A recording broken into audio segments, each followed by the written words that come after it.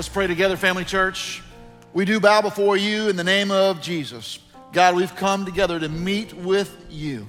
We need for you to meet with us this morning. We do acknowledge that Jesus is the cornerstone of our faith. He's the cornerstone of our church. He's the cornerstone of our families. He's the cornerstone of our lives. And now, God, in the name of Jesus, we're asking for you to speak to us through your word. Each of us has joys that we're celebrating. We all have burdens that we are bearing. We all have decisions that we have to make. And God, we need you to speak wisdom. We need you to speak truth and life into our hearts. Please give us ears to hear what your Spirit says to us, your church. We pray these things in Jesus' name. And all God's people say, amen. You can be seated. Welcome again to Family Church. My name is Jimmy Scroggins. I'm one of the pastors here. And every Sunday at Family Church, one of the most important things we do is we have our Bible study, which we're about to have right now. So go ahead and get your Bibles out.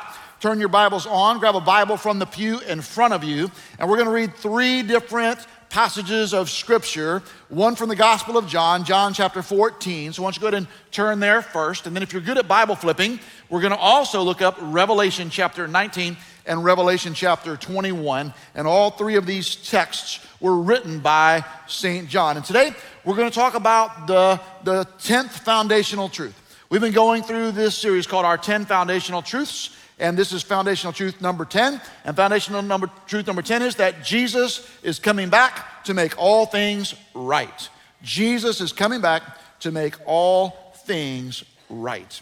Now, one of the things that we've done to help us remember is we've done some hand motions to these different 10 foundational truths. And since this is our last Sunday in this teaching series, because next Sunday we go into Advent, start looking towards Christmas, this is our last one. We're going to go over all 10, and I want all of you to see if you can learn them, see if you can remember them. If you're new to Family Church, it's okay. This is what we teach our kids so they can remember the 10 foundational truths, but it'll help adults learn it too. And to help us do it, I've got some kids with me, so come on, kids, come on up here right now. Let's give it up for the kids. Come stand right here in the front. There you go. All right, this is great. This is super. So I know you guys are prepared. So we're going to go over the 10 foundational truths, and I know you're going to want to encourage your kids and participate with them. You know what I mean? All right, so here we go. Foundational truth number 1 is the Bible is God's true word. Foundational truth number 2, God created everything in the universe. Foundational truth number 3, God designed every person in his image. Number 4, God has a design for our families. Big hug.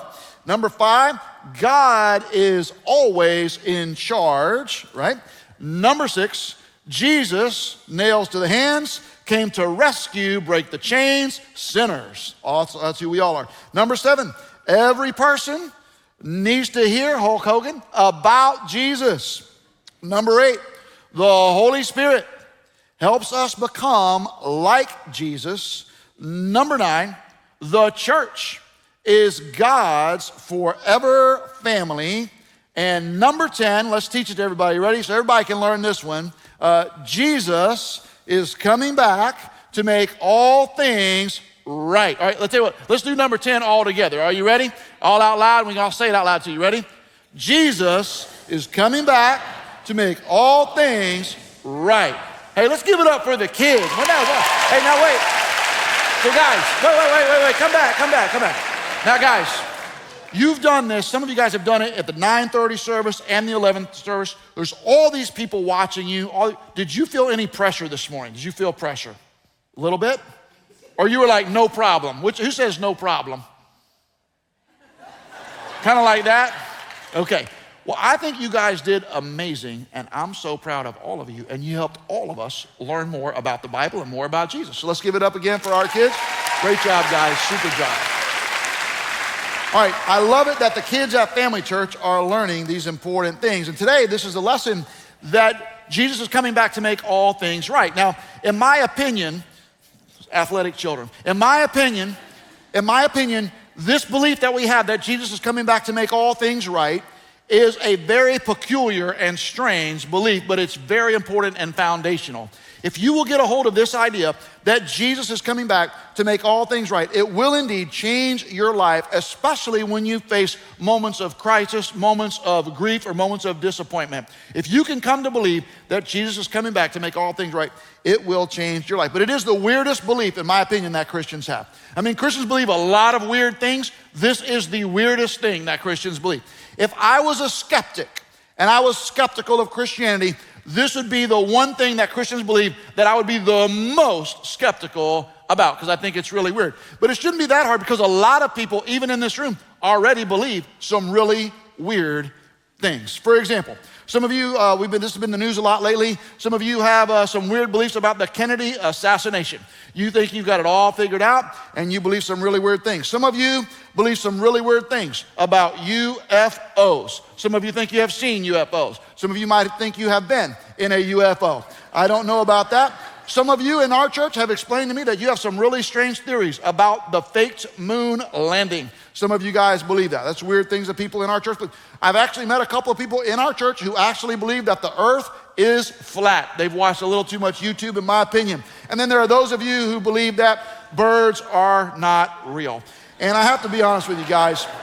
In my mind, this one crosses the line. If you don't want to believe in the moon landing, that's one thing. Birds are real, guys. I just want you to understand. I want you in. But if I was a skeptic, this idea that Jesus is supposed to come back and make all things right, I would be skeptical about that, because it sounds like something out of a sci-fi movie. It sounds like something that some weird cult would believe, like only maybe a certain segment of Christians might actually believe. But this idea that Jesus is coming back to make all things right is actually a foundational truth of Christianity for the last 2,000 years, not just here at Family Church, not just in America, but all over the world. I mean, Catholics believe this, Presbyterians believe it, Methodists believe it, Baptists believe it. All Christians around the world who try to believe the Bible believe some version of this, that Jesus is coming back to make all things right. And one of the reasons you know that is we have these things called the Christian creeds. Throughout Christian history, Christians have gotten together when they're trying to figure out what we believe, and they've written these things down in creeds. So some of you went to a church when you were growing up where you had to memorize or recite the Apostles' Creed. Nod your head if that's true for you. You had to do that. So the Apostles' Creed has this line in it that Christians, I mean, all over the world recite this. There's a line in the Apostles' Creed that says, "He will come to judge the living and the dead." That is a statement about the second coming of Christ, that Jesus is coming back to make all things right. There's another creed called the Nicene Creed that was written down in 325. And the Nicene Creed, an ancient creed of the faith. And that has a line that says, "He will come again in glory to judge the living and the dead, and his kingdom will have no end." So these ancient global Christian creeds tell you that this is not some kind of niche belief that only strange, eccentric Christians believe, but this is what all Bible-believing Christians around the world throughout the centuries have always believed. And tied closely to this belief that Jesus is coming back is our belief in heaven. We believe that on the other side of death, for Christians, there is heaven. We believe that Christians, when they die, don't go nowhere. We don't think that when Christians die that it's a mystery. We believe, and the Bible teaches, that when Christians die, they go to be with the Lord in heaven forever. This is a fundamental belief that is connected with the belief that Jesus is coming back to make all things right. So we're about to read from John chapter 14 first. But before we do, let me give you a little background on John. St. John was Jesus' best friend. St. John was one of the 12 disciples. He was Jesus' best friend. The Bible calls St. John the disciple that Jesus loved. When you read about the Last Supper, when Jesus had the Last Supper with his disciples on the night that he was betrayed, St. John is the one sitting right next to Jesus. When Jesus is crucified on the cross, Jesus looks down and sees his mother Mary, and while he's dying, some of his last words, Jesus says to John, he says, "John, I need you to take responsibility for my mother." And he says to his mother Mary, he says, "I need you from now on to treat John like he's your son, because I'm gonna be gone." And so they were best friends. And on the night that Jesus was betrayed, after they have the Last Supper, Jesus begins to talk to some of his close disciples about what's on the other side of death. And this is what Jesus tells his disciples. And St. John wrote it down when he was a young man. He said this, "Let not your hearts be troubled. believe in God, believe also in me.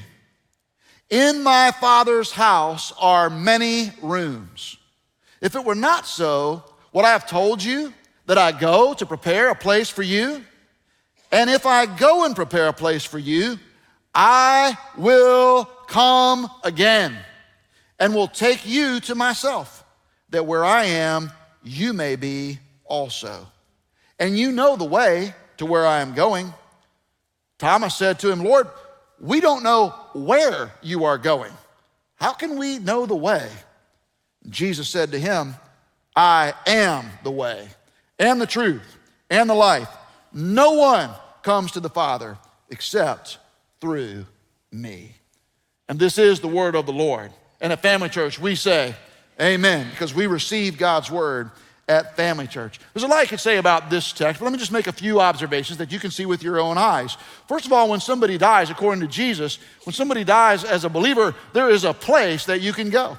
Jesus says, I'm going to prepare a place for you. He described it as a house with many rooms. I also want you to see that Jesus promises in this text that even though death feels like the end, it's not the end, because Jesus says, I am going to prepare a place for you, but I will come again. So Jesus promises that he's going to come again. And also, Jesus promises his disciples and us that this place that he's going, that we can go there. There is a way for us to go to that place. And he said, what's the way? I am the way and the truth and the life. No one comes to the Father except through me. That's why Christians believe that the only way anyone can have their sins forgiven, the only way anyone can have a relationship with God, the only way anyone can have a home in heaven when they die is by receiving Jesus for yourself by faith. That's the only way. It's right here in this text. Now, St. John heard Jesus teach about these things when St. John was just a young man. But after Jesus was crucified and rose from the dead and ascended to heaven, St. John became a leader in the church in Jerusalem. That's the first church in the history of the world, the church in Jerusalem. St. John was one of the key leaders there. And then later on, St. John moved on and he became one of the key leaders in the church at Ephesus, which was a key church. That's why there's a book in the Bible where St. Paul wrote a letter called the Letter to the Ephesians. That's John's church at Ephesus. And John was so effective at spreading the gospel that the Roman government, cracking down on Christians and trying to stamp out the Christian movement, tried to kill him. He didn't die. They exiled him to a prison colony, this island called Patmos in the middle of the Mediterranean Sea. And he was out there as an old man. And when St. John, we think he lived into his 90s. When he was in his 90s, he's out there on this prison colony. He's an old man. His body's beaten down. The churches that he started have been stamped out by the Roman government. All of his contemporaries, St. Peter and St. Paul and St. James, they're all dead. He's the only one left alive. And you can imagine he must have been troubled in his heart. But that's when on this prison colony, Jesus gives St. John a great vision, because he told John and the disciples, I will come again. But then in the book of Revelation, you have John writing down this vision that he had of what it's going to be like when Jesus does indeed come again. And so if you just look at Revelation chapter 19, you can see this vision that John has. Revelation 19, verse 11, John writes it down. Then I saw heaven opened, and behold, a white horse. The one sitting on it is called Faithful and True, and in righteousness he judges and makes war. His eyes are like a flame of fire, and on his head are many diadems, and he has a name written that no one knows but himself. He's clothed in a robe dipped in blood, and the name by which he is called is the Word of God. And the armies of heaven, arrayed in fine linen, white and pure, were following him on white horses. From his mouth comes a sharp sword with which to strike down the nations, and he will rule them with a rod of iron. He will tread the winepress of the fury of the wrath of God the Almighty. On his robe and on his thigh, he has a name written, King of Kings and Lord of Lords. Man, what a vision. So when John was a young man, he knew Jesus. He was Jesus' best friend, but Jesus was very meek, and Jesus was very humble, and Jesus was very gentle and very lowly. And Jesus was so gentle and lowly that when the Roman soldiers came to arrest him, Jesus didn't even put up a fight. And John saw them beat him bloody beyond all recognition. And John saw Jesus crucified on the cross. He saw his body broken and his blood shed, and Jesus didn't do anything about it. And then Jesus saw him when he was raised from the dead. He saw him ascend to heaven. But in this vision, when John sees Jesus coming again, like he promised in John 14, this time Jesus is not meek or mild or gentle or lowly. This time Jesus comes back not as a peasant, but as a king. He's got a crown on his head. He's not walking with a cross on his back. He is riding on a white horse. He's got a sword coming out of his mouth. St. John sees Jesus, and Jesus is leading an army of angels arrayed in white, and they're coming to make war and to bring justice to the unjust and to end the suffering of the righteous. This is not, you know those little pictures of Jesus you see sometimes, and he looks kind of like a wimp. You know what I mean? He looks kind of like Jesus, picture of Jesus, looks kind of like, for those of you who are old enough, like Barry Gibb from the Bee Gees. You know what I mean? He just kind of looks like a wimp. And Google it, young people. And so this is not Jesus looking like Barry Gibb. This is Jesus with dreadlocks. This is Jesus coming back, ready to make war and bring justice to the earth. This is Jesus on that white horse, and when the white horse raises up on his hind legs and the robe of Jesus slides up on his thigh, he's got a big tattoo on his thigh right there. And it says, King of Kings and Lord of Lords. It's in the Bible. You just read it right there. This is what John sees. This is Jesus saying, I will come again, that where I am, you may be also. This is not meek and lowly Jesus. This is conquering King Jesus. And when Jesus comes again, that's what it's going to be like. But there's more to the vision. John sees Jesus as a conquering hero for sure, but he's got a lot of compassion. If you turn the page over to Revelation 21, John also says this is what it's like. He says, then I saw a new heaven and a new earth, for the first heaven and the first earth had passed away, and the sea was no more. And I saw the holy city, New Jerusalem, coming down out of heaven from God, prepared as a bride adorned for her husband. And I heard a loud voice from the throne saying, behold, the dwelling place of God is with man. He will dwell with them, and they will be his people, and God himself will be with them as their God. Best part, verse 4. He will wipe every tear from their eyes, and death will be no more. Neither shall there be mourning, nor crying, nor pain anymore, for the former things have passed away. And he who was seated on the throne said, behold, I'm making all things new. Also, he said, write this down, for these words are trustworthy and true. And he said to me, it is done. I am the Alpha and the Omega, the beginning and the end. To the thirsty I will give from the spring of water of life without payment. The one who conquers will have this heritage, but I will be his God, and he will be my son. But as for the cowardly, the faithless, the detestable, as for murderers, the sexually immoral, sorcerers, idolaters, and all liars, their portion will be in the lake that burns with fire and sulfur, which is the second death. Jesus is coming back to make all things right.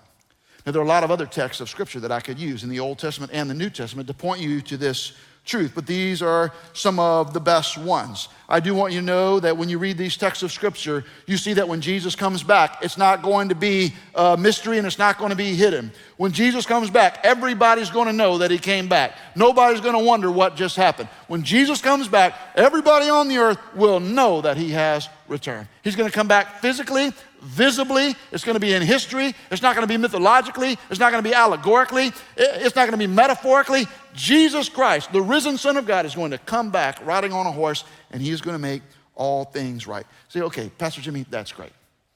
Thank you for reading us these scriptures. That's fine. How does this actually change our lives? I'm glad you asked. If you're taking notes, I hope you got out your program. There's some places for you to write some things down. Here's 4 things I'd like you to write down. This is how this belief that Jesus is coming back to make all things right will change your life, strengthen your faith, and encourage your heart. Number 1, Jesus coming back puts your problems in perspective. The fact that Jesus is coming back puts your problems in perspective.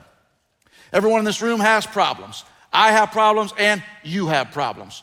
You have problems with your family. You have problems internally in your own heart and mind. You have problems in your relationships. You have problems in your own struggles with sin. You have problems that go all the way back to your childhood. And some of you have a lot of resources and you're really smart, but all the smarts that you have and all the resources that you have haven't been able to fix all the problems that you have, because problems are part of living in the fallen condition in the fallen world where we live. But if you believe that Jesus is coming back to make all things right, it puts your problems in perspective. It'll put your cancer in perspective. It'll put your divorce in perspective. It'll put mental illness in perspective. It'll put dementia in perspective. It'll put your politics in perspective. It'll put all kinds of things in perspective. This guy works here at Family Church. He's a young man, he's in his 20s. His name is Tommy Lee. Tommy Lee's a great young pastor. He's married to his wife, Chelsea. They have a little boy named Levi. They're very beloved because Tommy's assigned to watch over our middle school students here at Family Church. There's hundreds of them. And Tommy is a great young man, great young pastor. Last Sunday, on his way home from church, Tommy was riding a moped to his house, and Tommy got in a big wreck. And he didn't have his helmet on, and his head smacked into the side of a car. They rushed him to the hospital. He went over to St. Mary's, and they didn't know if he was going to live or die. I was in New York with my family watching my son play football, and Pastor Derek texted me. We talked. He said, Tommy's been in a bad wreck. It does not look good.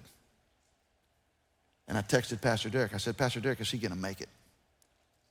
And Derek said, I don't know. Well, Tommy's dad is named Cliff, and he's a friend of mine. He's been a friend of mine for about 15 years. He lives up in Leesburg, Florida, and he was on his way down to see his son. And I called Cliff on the phone. Cliff's a pastor also, and I said, Cliff, I don't really have a lot of words.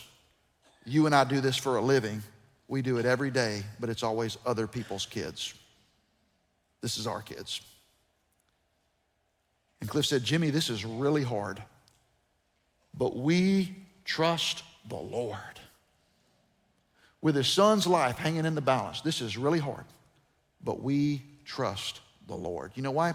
Because if you believe in Jesus and you understand that Jesus is coming back to make all things right, whether you live or whether you die, whether good things happen or bad things happen, Jesus coming back to make all things right puts your problems in perspective.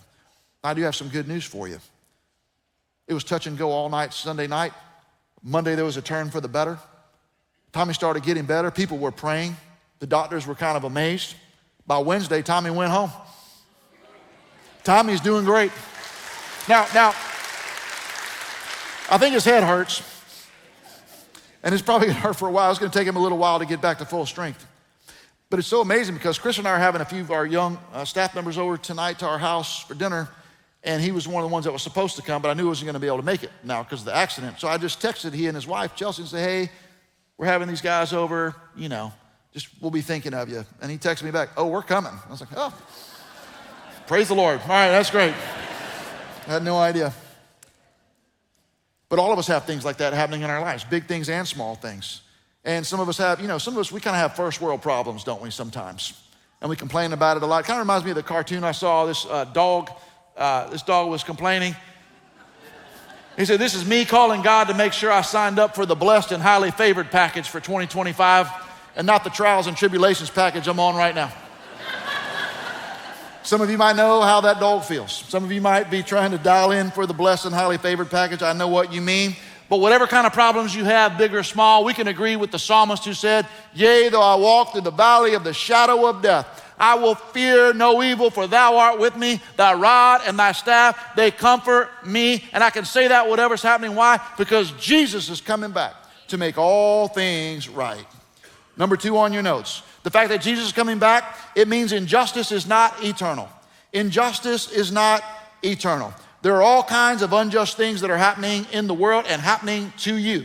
Some of you have had your ex mistreat you so bad and do such wrong things with your children, and it is unjust, and you have no way to make it right. But one day Jesus is coming back to make all things right. Some of you have had people commit crimes against you, even when you were a child, and it's a terrible thing, and there's no way for you to fight back. But one day, Jesus is coming back to make all things right. There are times in this life when you look around and it does indeed feel like the good guys are finishing last. You will look around and it will seem to you as if the wicked are prospering and the righteous are suffering. You're going to go to work, you're going to go to school, you're going to look around the neighborhood, and the people who are doing the wrong things seem to be doing really well, and you're trying to do the right things and you're having a hard time of it. But Jesus is coming back to make all things right, and that means that injustice does not last forever. I mean, there are wars, there is racism, there is poverty, there is abuse, there are disease, there are car wrecks, there are all kinds of things that don't seem right. But injustice is not eternal. In this country, we have all kinds of freedom. We live in the greatest country in the world, but there are Christians around the world who don't live in this country, and they have a hard time of it because the government or because other religions are oppressing them. There are 360 million Christians alive right now on planet Earth who are under severe persecution every single day. 1 in 7 in the world, 1 in 5 in Africa, 2 in 5 in Asia. Severe, severe, severe persecution. How do those Christians get up every day, keep serving Jesus, and do the best they can in horrible circumstances? Because they believe that Jesus is coming back to make all things right, and that means that injustice is not eternal. Number 3 on your notes, this idea that Jesus is coming back to make things right. Number 3 lets you grieve with hope. Lets you grieve with hope. This idea that Jesus is coming back is closely tied to our belief in heaven. It means that there is something else on the other side. Jesus said, I'm going to prepare a place for you. Then St. John said he saw the new heavens he saw coming out of heaven, the new Jerusalem, and he talked about the new heavens and the new earth. There's this idea for Christians that this life is not all that there is something on the other side. And I love this as a Christian because I know a lot of people in my life, ever since I was a kid, people that I've known have died. They've gotten in wrecks, they've gotten cancer, they've had crimes committed against them, and people in our church die every week.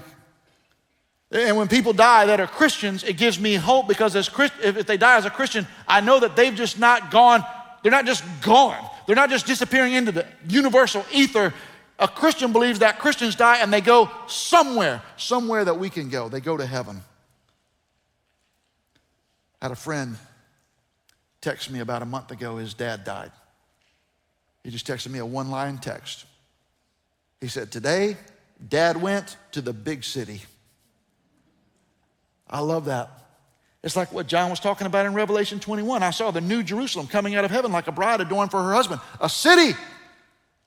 He said, Dad has gone to the big city. I like that. If you ever hear that I'm dead, y'all can text that to each other. Pastor Jimmy just went to the big city. I love that idea. But what does happen? Now, wait a minute. Jesus is coming back, but that happens then. But if I die now before Jesus comes back, what happens now? I'm glad you asked. I'm going to tell you real quick how this all works out. So put your mind at ease. Okay, everybody's going to die. If you're alive, if you die, you know, maybe you'll be alive when Jesus comes back, but if you're not, you're going to die, and you're going to die, and when you die, your spirit, your soul is going to leave your body and is going to go to be with the Lord immediately. We know that because St. Paul wrote in the New Testament that to be absent from the body is to be present with the Lord. We also know that when Jesus was dying on the cross, he looks at the thief and he says, today you will be with me in paradise. So we know that if you die as a Christian, you've received Jesus by faith, you go immediately to be with the Lord. And from some other texts of Scripture that I don't have time to go into, we know that when you get to be with the Lord, when you get to heaven, to paradise, when you get there, you will be consciously you. It will be you that is in paradise. You'll be an individual with your own memories and your own thoughts and your own connections and your own relationships. And so when you go to heaven, when you die, you go to be with the Lord. There's also clear indications in the Bible that when you get to heaven to be with the Lord, you will recognize other people that you know who are already on the other side. And when that happens, that's why it's right when somebody says, my grandmother died, and I bet she's up there today with Grandpa. That's exactly right. That's exactly what the Bible teaches. That's why if you have little kids around and somebody passes away, I recommend you work hard to use this language. If they're a Christian, is to say, don't say just Grandma died or Grandma passed. Say also, Grandma went to heaven, because Jesus is teaching us they didn't just go somewhere. They went to heaven. They went to be with the Lord. They went to a place that Christ has prepared. They went somewhere that you can go. Many of you guys know, because we've talked about it about a month ago. My wife, Kristen, her mom went to heaven. And you know what happens when somebody dies? Like that day, we're texting pictures back and forth and talking about it. And she and her sister Kelly was on the front row also this morning.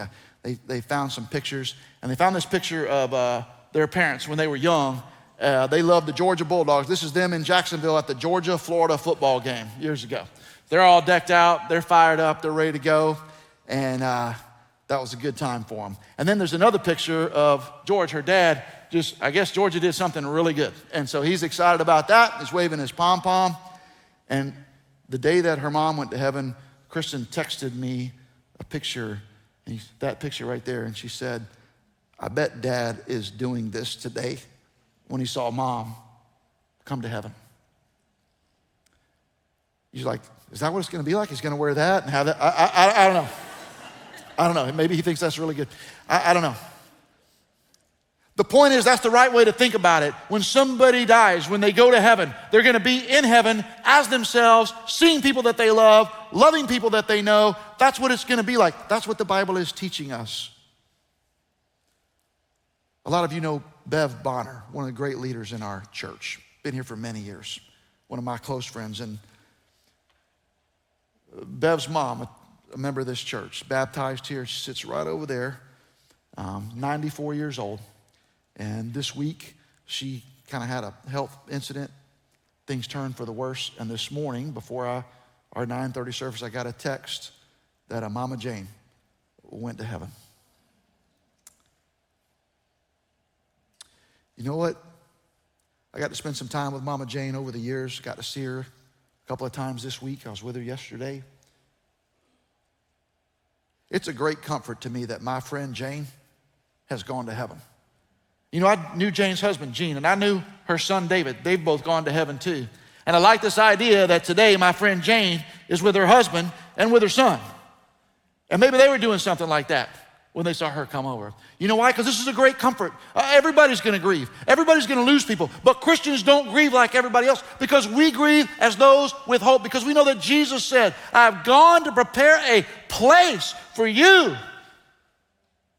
If it wasn't so, I wouldn't tell you that. And you know the way to the place that I'm going. I am the way and the truth and the life. No one comes to the Father but by me. This idea that Jesus is coming back to make all things right is closely linked to the concept of heaven, which lets believers grieve with hope. Last thing, number 4. This idea that Jesus is coming back to make all things right means that you can make heaven your home. You can make heaven your home. This right here, right now, this is not your home. Heaven is your home. Heaven is your home. That's why all the best songs that we sing have lines in the songs about Jesus coming back. This morning we sang a song that said, death has no sting and life has no end. That's what we think, because heaven is our home. We sang a song this morning that said, when he shall come with trumpet sound, oh, may I then in him be found. Because we think Jesus is coming back to make all things right. You sung Amazing Grace, how sweet the sound. But the last verse of Amazing Grace is the best. When we've been there 10,000 years, bright shining as the sun, we've no less days to sing God's praise than when we first begun. Jesus said, you know the way to the place where I'm going. I am the way and the truth and the life. Here's my hope for you with this message today. Our hope is, if you're a believer in Jesus, this will encourage your soul to remember the things you believe that are true, so when you face disappointment and grief and loss and hardship, you don't lose your marbles and you don't go into the fetal position. You remember, whatever I have to face, however difficult it is, Jesus is coming back to make all things right. That should be a great encouragement to your soul.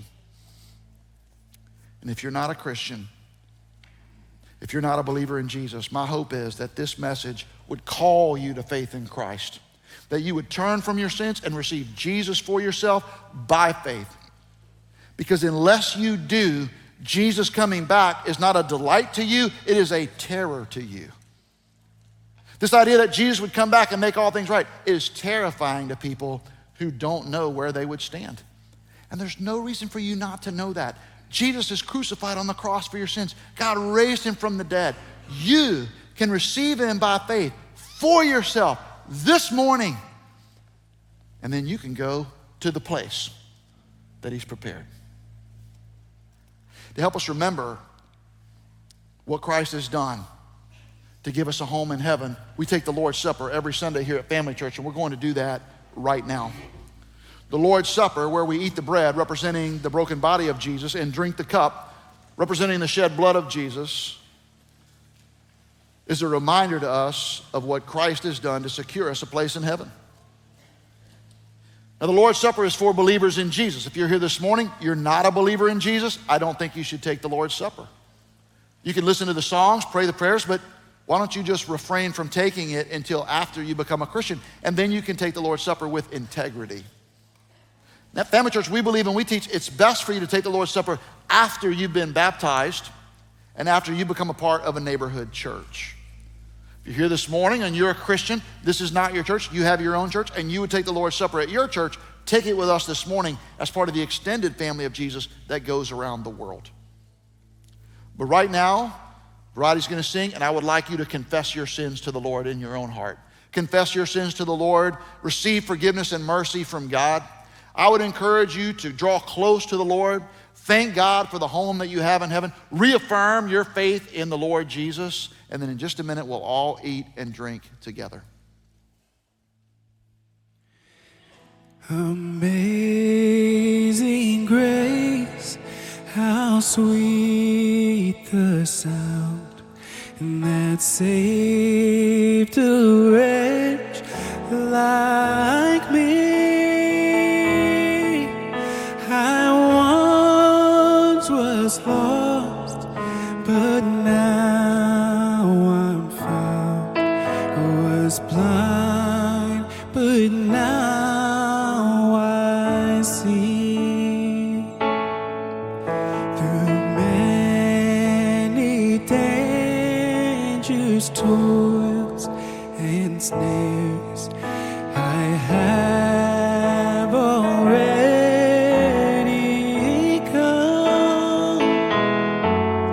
'Tis grace that brought me safe thus far, and grace will lead me home. Thank you for being the church in here with us at Family Church at Home. Right now, all in-person neighborhood churches are about to take the Lord's Supper. The Lord's Supper is a family meal for those who are baptized believers. To learn more about baptism as your next step, check out a neighborhood church near you and plan your visit at gofamilychurch.org. We'd love to connect with you face to face. I hope you have an amazing week, Family Church.